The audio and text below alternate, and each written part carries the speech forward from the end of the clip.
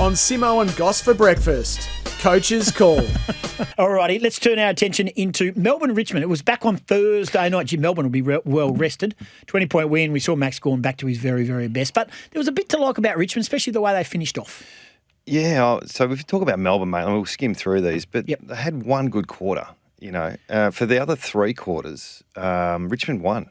So I don't know what we're expecting. I'm expecting more from Melbourne, and I know everyone was happy with the win and all that sort of stuff, and it's, they were 0-5. So, but I just thought it'd be drop the hammer, let's just get this whole thing back on track, not, hey, we were up by 30 or 40 points, let's just take the foot off the pedal. And they got West Coast in 9 days. I would have thought it's an opportunity to get some confidence, and I don't walk away confident after, one quarter. So for 3 quarters, Richmond get on top. They're, 11 points up. They're 5 more inside 50s for 3 quarters. And for 1 quarter, it was 6 goals 3 to 1 goal 2. So, there's not a lot of positivity for me other than just getting the win and how much reliant they are on their 4 best players, which is something we already knew. But Gawn, as soon as he went off the ground, Richmond kicked 4 goals. So, it was a good win, a win they had to have, and it releases a little bit of the pressure. And I have noticed there's always 1 or 2 teams under the pump every week from the media point of view. So Melbourne won't be that this week. But, they've got West Coast this week, and a lot of teams have sort of got their form back through a Richmond and a West Coast. And, I wasn't blown away. Looking forward to seeing what they produce here against the West Coast Eagles. Let's say Collingwood and Essendon. We know what Essendon are doing. I think, and again, it was a second half dominance of Collingwood against Essendon. Just can you take the best out of Collingwood and say they've got so many weapons, still side bottom, still Pendlebury, still. It's can they sustain this all year? And I've spoken earlier about them being really well coached. I've noticed that a lot. Just from a coaching point of view, they're good at everything, and they're good players. They're playing well. They had 29 more uncontested possessions in the wet, uncontested marks. Sorry. Whereas in the wet against the Blues a few weeks ago, they said, no, this is too wet. We're going to just embrace contest along down the line. So from a coaching point of view, they were dominant pre-clearance, plus 10 contested possessions, and they just looked a bit too classy, didn't they, for the Bombers who, they're going through their own rebuild, really. They're in the second year or third year of that. So you sort of thought Collingwood were going to win the game, so it went the way we thought it would. Pretty predictable game. Why is there a reluctance from clubs, and coaches are often the mouthpiece, to say rebuild? Because you were at West Coast for a while. There was a reluctance to say it. Is it just the word, or is it – because everyone else looks back and go, well, what are you trying to do by playing all your youngsters? I don't think it matters what you call it, mate. But sure. the rebuild is a reflection of the senior players going, well, okay, we're just here to just get some games in the kids. So I think that's part of the reluctance. It's internally, what are we trying to sell? Because you don't go into the season saying, if we win 2 games this year, we've done a good job. It's like we can do anything. Anything is possible with us. So to say, by the way, we're in a rebuild, and it's just semantics, it's words, So transitioning the list or, not putting a ceiling on things, that type of thing. But I think Essendon have outwardly said we are in our 3rd year. We're not 17 years in, we're 3 years in. So in North Melbourne, who go and get Darling, Parker, Daniel, are they in a rebuild from your vantage point? Yeah. They're the youngest list in the comp still, with those guys on the list. So you can go and get ageing players and still be in a rebuild. Well, you want to be competitive and you want to learn some. Well, they're not making a hell of a difference, though, to be honest. No, you got to get the right ones. Sure. I'm saying they're the right ones or it's worked for them. But the healthier list isn't just going to be kids everywhere. Like Richmond at the moment, they'll play well when their leaders perform. If Lynch is playing well, or Vlosten or these guys. So who's that at North? Who's the guys with the experience they can lean on when, concede 5 or 6 in a row. So not saying it's worked, but that's part and the premiership experience for those guys. Fremantle were always sort of in control of the game. They were challenged several times by the Crows. They got home by 3 goals in this game. Justin Longmuir had this to say about the win. Yeah, good response. Thought we jumped into the game really well. Yeah, we had a good week and they had a steely resolve in the warm-up, and it was a really solid performance, and I think it was a performance that we can build off. He was pretty vocal pre-game. So did you get angry during the week? Yeah, well, apparently he was quite vocal, called them in, used every swear word in the book. Media were there. Every swear word? It was pretty good. Close to it, apparently, according to reports. Yeah, I mean, this is the art of coaching, I suppose, and what can you do and how many bullets you can fire. I spoke about this last week. How many bullets can you actually fire? It seems when they lose, there's always a grand statement like, oh, we just took the game lightly or took the foot off the pedal. It's rather than, we had a bad day, we'll get better next week. It seems to be a big reason for losing. I think they need to get over that. And sometimes you just lose. And if you're a good enough side, you'll just bounce back next week. You look at Geelong. And sometimes people get frustrated with Chris's comments, but he said, I haven't seen us play that bad for a while, but I expect us to be better next week. Rather than, oh, we took it lightly or we didn't do this or, it's just a big, grand statement. Do you think Justin Longmuir can sometimes be, and Longy, but do you think he can be too open and too open with his comments? No, I think it's collective. I think it's the players. Like Young comes out and says, "Oh, we took Melbourne." Or something was like, "Mate, you don't need to say that. Just say." But some people have come on. Some media journos and some journos and commentators have come out and said he should be the next captain because he was being honest. Yeah. Well, is that what really happened? Or was Melbourne just too good for them on the day? Sometimes you don't win and you don't play well. And I think for the most part, Freo have been pretty good this year, haven't they? They've had a couple of bad days. I think they're one game short of where they should be, but, there's no reason why they can't go in and win the next 4 or 5. So the game's in pretty good health. I mean, they're still relying on clearances and scores from stoppages are still important for them. They had plus 11 inside 50s, minus 19 in tackles. I think tackles sometimes are really overrated with success. It's not a success indicator, but it's thrown in your face when you don't have them and you lose. But, pretty even performance. I didn't see a lot of this. I was at the hospital with my daughter. Brayshaw obviously played really, really well. Sarong did his thing and your boy Johnson contributed, which is important. And Clark too was very good down back. Provided some good dash. Any issues with Adelaide? That's probably the question mark. Phil Thorpe was a worry. I mean, with his hand injury, and they've lost Fogarty, so they've got a couple to come back in. They weren't hopeless, Adelaide, and Right. I think the 3 goal. I think actually, to be honest, I think the 3 goals flattered them a little bit. But they go back home. They're playing some pretty good footy, but it'll be the test. They've got Carlton. From what I saw early on, Fremantle understood the moment a little bit differently than Adelaide. It was a big game, big build-up, 50,000, I'm assuming. Yes. And they were ready for it. So that's a coaching tick. Yeah, it was. Good to watch. All righty, let's go back to the next game that we're going to the Saturday footy. St Kilda were always in trouble against the Brisbane Lions. They lost by 45 points. I think that flattered them as well. It did. But Brisbane winning away is a positive for them. Yeah, well, this game just went the way it was meant to go. Is that what we're thinking? Yep. Yeah.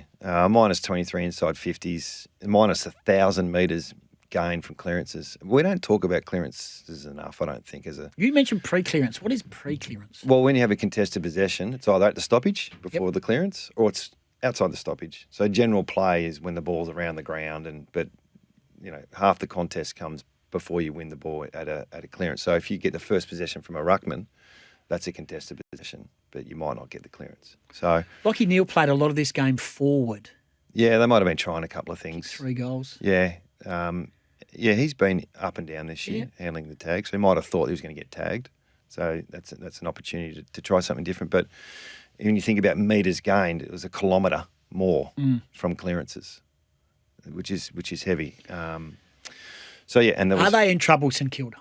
Well, what's reality from the Saints? What do we expect? It feels like we just expect them to be bottom 5 or 6. But you mentioned it to Jared, and let's go back. So when they sacked Brett Ratton, I know we're going back, we're winding the clock back, but when they sacked Brett Ratton, their chairman was categoric to say, we have the list to contend. Yeah. They haven't contended. Chairmans can go rogue too, mate. They've sacked a bloke. Yeah. They've sacked a bloke after signing him up months before that for a coach's extension. Yeah. I don't know what happened there. Well, clearly Ross became available and wanted to coach the team. And again. whether they thought he can take him to the next level, it's just when. So I can understand them thinking that. But were they thinking it in the next 2 years, or were they thinking, oh no, we're going to have to go back and rebuild this, and there have been unders with talent. So in 5 years' time, he'll take us to the next level. So Ross Lyon, and we're going to play this a little bit later in between the lines. So Ross Lyon baking a bench, including a kid, and then subbing him out, is that part of a rebuild strategy? That I'm going to make a scene, and I'm going to, and again, I'm saying it, you can either agree or disagree and make no comment. But I'm just thinking to myself, if Ross Lyon is rebuilding a team with the kids coming through, and Garcia is a really nice player, he's going to be a good player, does he have to get the public lesson from Ross Lyon like that? I'm sure it wasn't part of the plan. I'm sure it was a moment of frustration for St Kilda and Ross, but he seems to engage his players. They seem to love getting coached by him for the most part, or the senior players anyway. So yeah, I couldn't tell you what. I'm sure that wasn't part of the plan, and I couldn't tell you the reasons why. Might want to speak to his premiership players that have done that. Rightio, at Port Adelaide, 14-13-97, fell over the line against North Melbourne, 13-10-88. Again, a lot of things were out of control. I want to play this. This is Ken Hinkley on Jason Horne-Francis. For those who haven't seen the vision, got him in at three-quarter time. He went after North Melbourne. North Melbourne went after him. We know there's history there. This was Ken Hinkley post-match.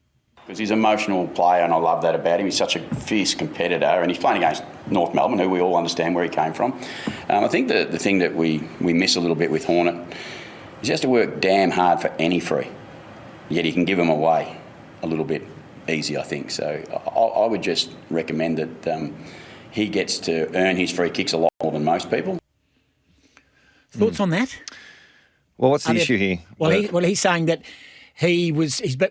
clearly he's saying he's being umpired differently, like Toby Green and Harley Reid. I mean, the issue is the distraction that he brings. So obviously, he's a talented player, and I heard Kane sort of defend. He's played 40-odd games for Port, and he would have won 10 off his own boot, so it's fine. It's nothing to see him move on. So as long as Kane thinks that about everyone, you have to be a good player to be petulant, I suppose. There's a lot, but it's three-quarter time. The game is on. And I know he's probably, and we don't know what Ross has said, but he tried to walk away, got grabbed by Rosie and Butters. They got him back in and stuff like that. That's good. That happens. But it's a lot of wasted energy at three-quarter time when you're being challenged by North Melbourne and an upset is in the offing. Yeah. I think that's the player, that's the coach. They seem to get the best out of him, and that he's still young. It's just funny that when you can do that if you're a good player. If you're not a good player, you're not in good form, then the world will come down on you. So it's horses for courses. So long as he keeps backing it up, and they seem to get the best out of him, and there's a respect and understanding, I think, from coach to player. So I don't think it's the biggest issue that Port deal with, but it's something that I think in time he'll grow up. It was an arm wrestle between the Dogs and the Giants. This was in Manuka, but that second half, in particular that third quarter, where the Dogs kicked 5 goals and just a point for GWS. Luke Beveridge was proud of his team. Over the moon. We're a bit rattled early. To kick 6 goals from 15 forward-half turnovers is a bloody good strike rate for us, and the centre bounce side of it and stoppage side of it was really pleasing again. Really proud of the boys, everyone is, who supports them. It was a big game. Every game's a big game, but it was a terrific outcome. Adam Kingsley had this about that third quarter that I mentioned. Well, the reality was they won the ball. We didn't tackle. We didn't win the ball ourselves, and they scored far too easily. I mean, that's in its simplest form. It's another game about clearances, Goss. Like they lost 800 metres from clearance differential from metres gain point of view. They're minus 22 at clearances, and that's the Giants. So the alarm bells would be on them a little bit on what they're doing. From a Bevo point of view, they're inside 50s, they were plus 15. Scores from stoppages, they're plus 25. I think he's probably coming second to McRae for the coach. Oh, yeah, Bevo, so, yeah. And the reasons why I think they haven't signed him up is I think it's Bevo's decision as much as the Bulldogs. So I think I've heard someone talk about why haven't they signed him. I reckon Bevo's saying, listen, I need to see what I want to do. So, yeah, we're having a really good season. They've bucked the trend. They're going overs for me, and this game was a really important game for them to win on the road like they did, and concerns for the Giants a little bit. Yeah, well, not according to Kane. He reckons Adam Kingsley, and I don't know if you'd know, but they were premiership teammates, so I think Adam's okay there according to Kane's opinion. Well, it's interesting. I did hear them talk about the away form. That's an away game for Giants. So you agree with Kane on that? Yes, yeah. You're getting on a plane, you're not playing at home. It's like playing in Tassie for Hawthorn. So it's not. So when they get back to the showgrounds, I think that's a sleeping giant. Okay, pardon the pun. If they play multiple home games in the back half of the year, which I don't really know if they do, but I'm sure they probably will. That'll roll. They'll get going on that. You're confident the Giants are a contender? if the draw is interesting. If say you're Fremantle and you're going, we're going to play on the road for 8 weeks, including a couple of Kalgoorlie games where we've got to fly there, but the last 10 games we're going to have 7 at home. You'd go, okay, let's see what we can do in the front half, because in the back half we're going to come. Can be a hard road, but not if you're into your Nutrimate. Get some Nutrimate into your furry mate. Ooh. Adam on text, He's pretty good. Pretty good, he says. Goss, you are known to react when called out quite often, not letting stuff go in juvenile fashion. Case in point is Ross. Your little ego has never recovered from the way he dismissed you. Whenever you mention Ross's name, your voice drips with petulance, and I feel like giving you a cuddle, says Adam. You know, I've noticed there is some favourites and not favourites with media people and coaches. Mm. Yeah, the coaches don't think about that much. Mm. But I think the agendas that happen sometimes are because of past relationships or opinions or whatever. Mm-hmm, mm-hmm. Not saying you're part of that, but it can be. There, okay. Ross and I go way back, and you don't. Do you think Ross would care about me? No, I don't think they think a lot about the relationship piece. But when it goes bad, you sort of know where it's going to come from. So you either build relationships or you don't with people in the media. And I think the best advice for a coaching point of view is trying to have no relationship and just let people have opinions. But when there's if you're floundering and can't win a premiership or can't win games and your job's on the line, you need people inside the media. You can play that game, but I just don't know. Well, there's I just didn't have any relationship with anyone really. If I did have a relationship with people in the media, it's probably on a negative slant, because if you respond to something, they don't forget it, and then it comes back to bite you. So, thanks for your text, Adam. All the very best to you. 3 games played yesterday. Gold Coast were 30-odd points down in Sydney, and then just steamrolled them, and then junk time goals for Sydney put some respectability in the score. 38 points was the most. This is another game that was built off the clearances. You know, the contested possessions was plus 21 in the end. The Giants, this metres gain again from stoppages, Goss. It's 800 metres that they got in front of Gold Coast. Centre forward turnovers. Gold Coast kicked 5 goals for. So they had 16 centre forward turnovers, and they kicked 5 goals for. So they did a bit of both on the weekend, but really stark difference, wasn't it, from the first half to the second half? And was it 12 goals in a row? I've been a part of that, and it is harder to change momentum now with this 6-6-6 rule, because if it's a clearance issue from the centre, you change your personnel, but you can't stick numbers behind the player to centre bounce. This is what Chris Scott, and let's move on to the Geelong Carlton game. Chris Scott made mention of this as also post-match. Chris Scott was talking about, when asked about getting beaten, inside stoppages and clearances and stuff like that, he said, I'm not going to answer your question. I said, I can't, because it was really bothering him. We saw post-game, he grabbed a chair and sat with his midfield group. Yeah. That must have been what he was talking about. I reckon, can't tell you what he's thinking, but they were -9 at centre bounce clearances, and the ruck has a lot to do with that. So I think Jared Hilly spoke about the rucks and the hit-outs to advantage. If you know where the ball's going, you'll put your best player where the ball's going. And if the oppo doesn't know where the ball's going, it's hard to read and get a clearance. So it's not scores as much as field position now. Teams are very, very good. Get out of the middle, get it as deep as you can, and lock it in there.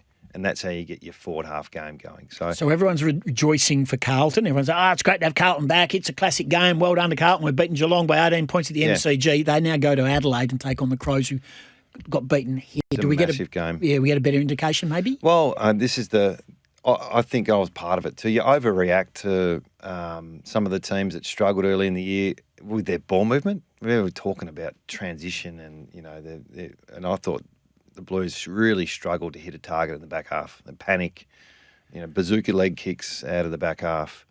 But they've turned the game around with the clearances and contest and pressure. So, 195 pressure factor. They've kicked 5 goals too from the back half turnovers. So that's a massive tick. But in the end, clearances, they were +6, +9 out of the middle.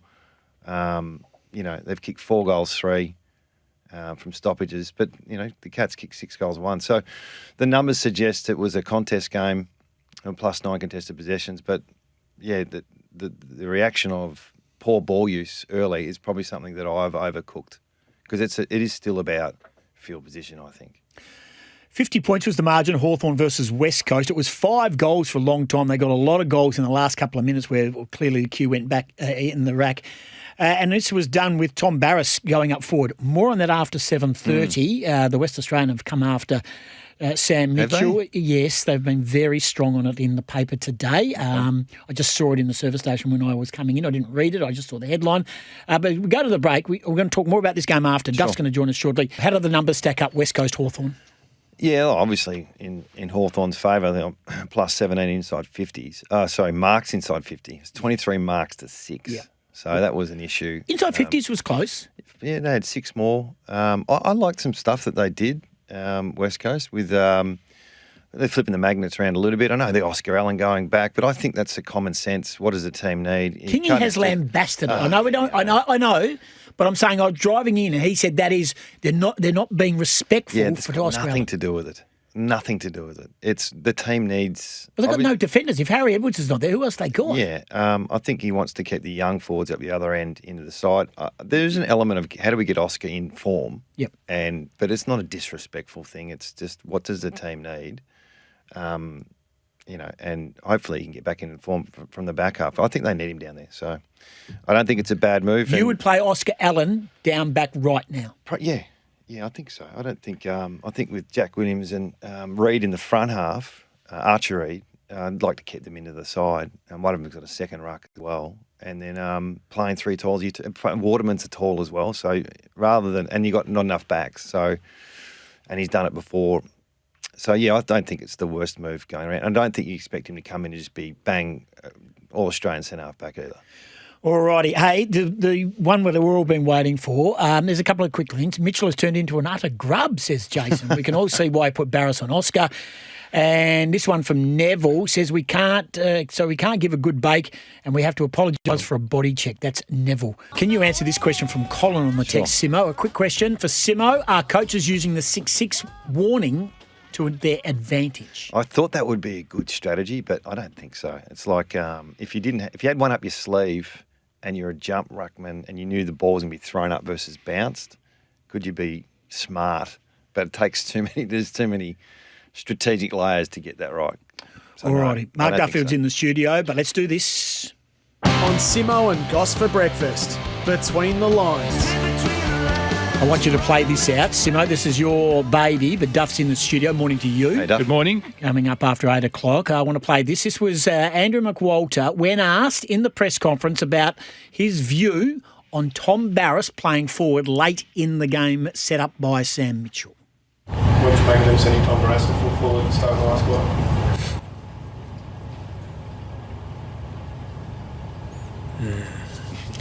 I probably shouldn't say it because I don't know what was going on in their team, to be honest. But that's their prerogative, I suppose. Why the long forwards?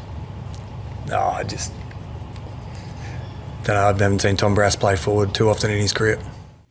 Simo, well, between the lines. What's he trying to say? He didn't like it, and I think he's probably trying to. I thought that was a great way. If you want to get across, I'm not happy about it. I thought it was disrespectful, and I think that's a great way to answer a question without having to answer it. So this is not me thinking it. This is obviously McWalter, and they would have been sitting in the box. The way Sam spoke about not thinking Oscar was going to play back in his press conference, he said, we didn't think about it until the warm-up. I'm sure that's not true. They would have planned that a little bit. But for McWalter to say that, he wasn't happy about it, which sometimes you think, it's the other coach who cares, what message it sends, but they weren't happy. As an objective observer, would you say it was disrespectful? I wouldn't overthink it. The way Mitch answered it was, we're doing this a lot of people. We want to have flexibility. And what would be interesting if the game's on the line, and it's 3/4 time, and it's a final, I don't think we're going to see Barrass forward. No. West Australian have gone hard on it. I think it was. We did play him. We started him forward last year, just before I got the flick. I remember that. Against Essendon it was. And it was through circumstance. And we conceded the first 3 goals and he didn't even get a chance to have a good look at it. So we flipped him back pretty quickly. But, yeah, I mean, it's to scratch an itch. They were 10 goals up or whatever at 3/4 time. So I can sort of understand. I just hope it wasn't deeper than let's try it. I just hope it wasn't any type of malice behind, this is tit for tat sort of stuff. Let's I don't know. stick this up them. I'm Anyway, not sure it was that. Ross Lyon, Between the Lines, we're doing, and a man who knows Ross Lyon better than I is Mark Duffield. Not too sure about the relationship. I know we've gone over mine ad nauseum, but this was Ross post-match. I think it's Gemma Bastiani, afl.com.au. Have a listen to this exchange and let's get our Between the Lines view on this. How'd you see that one? I think like you all saw it. What do you think? Well, it would be disappointing from your perspective, I imagine. Especially But specifically, what do you see? Q1. Lack of ability to exit D50 and then just getting... How to get there? From contest clearance. Yeah. So you summed it up, right? So, which has been our Achilles heel a bit, so... Was it the contest stuff that made you pull the trigger on your sub so early in that second? No, well, you guys are part. Like, I don't know, how much do you guys know, like, about stay ahead mids and swivelling and turning? Sometimes I just get to roll the ice stage, right? Sometimes you've got to stop talking about it, and sometimes you just go bang. Did you regret it once Mason... Why would I regret it? Well, once Mason Wood went down with concussion not too long after. Not at all. Not too long after. The next quarter. Quarter and a bit, wasn't it? How long was it? How long after? 2 quarters? That's a half. I live in the world of action, right? So you'd sit there and go, why don't they pull the sub? I pulled the sub, tried to get something done. I just coach action. That's all you can coach, right? I don't know. No, you can't read their minds. Can you? No. Did you get... Can I talk about their feelings? Can I coach feelings? Do you coach feelings? Emotion a bit? Between the Lines, Simo, what was Ross Lyon trying to say there? I don't know. I mean, he normally takes 3.5 minutes to answer the first question. He just explains the whole narrative. And then the other piece to Ross on occasions is he puts it back on the reporter, which I never do that. It's not my style, but we're all different. Putting it back on the reporter, he's made an art form. He did that a lot in WA. Yeah, he did. And really, probably the correct response is, it's not my press conference, mate. It's your press conference. We ask them, you answer them. So how about you answer them? That's probably the She correct answered it well, though. Yeah, she did. She held her ground. Very good. Like he was. If you were a cynic, you would say that he was hoping for a stunned response and an inability to answer the question. But she answered the question. But he's there to answer the questions. And coaches have tells. So Mick Moldhouse used to have this tell where if he said something that wasn't entirely accurate or if he said something that he wanted to take back, he'd try and suck it back in. So I remember him once he said, I really respect Fremantle. Whenever Mick did the suck back, you knew that he was... Agree. And Ross has a tell where I reckon Ross has gone in there and his hackles are up a little bit because he knows he's gone early with the sub and he knows it may be an issue. And Ross moves around a lot. He gets twitchy when he's wanting to get on the front foot and not be on the back foot. And it was a bit of that. But, whatever his friends in the media, and he does have friends in the media, who I noticed managed not to mention it on a couple of shows last night when it was something that jumped off the page for me from the weekend. Really, the club should tap him on the shoulder and say, this is your chance to talk to the members and they want to hear what happened and they want to hear that you're in control and they don't want to hear you tit-for-tatting with journos. Agree. And the friends in the media thing's an issue and I've raised it today. I texted someone in Melbourne today and said, over to you. See how you handle this now. Because I agree with you. I know who you're talking about. I watched First Take as well.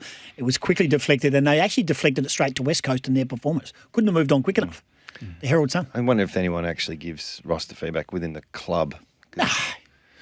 Yeah. They'll never do it. Did you get feedback? Like, did someone say I don't think I ever did that. No, you were completely different. You were very, I wouldn't say laconic, but you were... Anyway, it's not about me, but I think you were very earthed, I think. I think pragmatic. You've got to be honest, but getting angry, and as soon as you do that, sort of bites you back down the track. But yeah, it's something that that I definitely wouldn't have done.